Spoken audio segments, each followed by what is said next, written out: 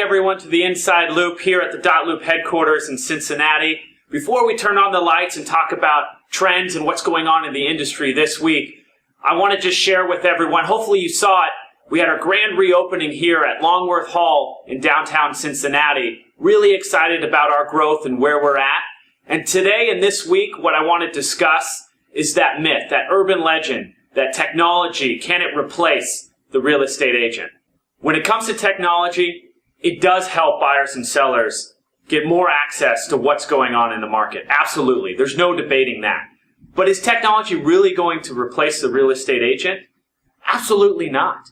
Technology is going to help the best agents, is going to provide a better opportunity and experience for those buyers and sellers. It's really important and a fundamental difference in the way that we at dotloop go about our business and continue to look at this question.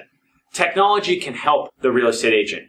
To us, the better question is technology replacing the amateur agent with the professional? How so? Think about your business. Do you have a lead generation system, a CRM, a transaction management platform to really increase your experience, your day-to-day with your clients and give you the tools necessary that really help make or break the deal? Let's leverage technology for the future and ultimately embrace change.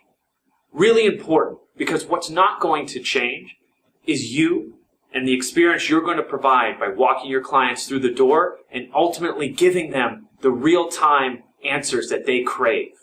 Really important. To sum up this week, is technology going to replace the real estate agent? No. Is it going to impact the industry and the real estate agent? 100%.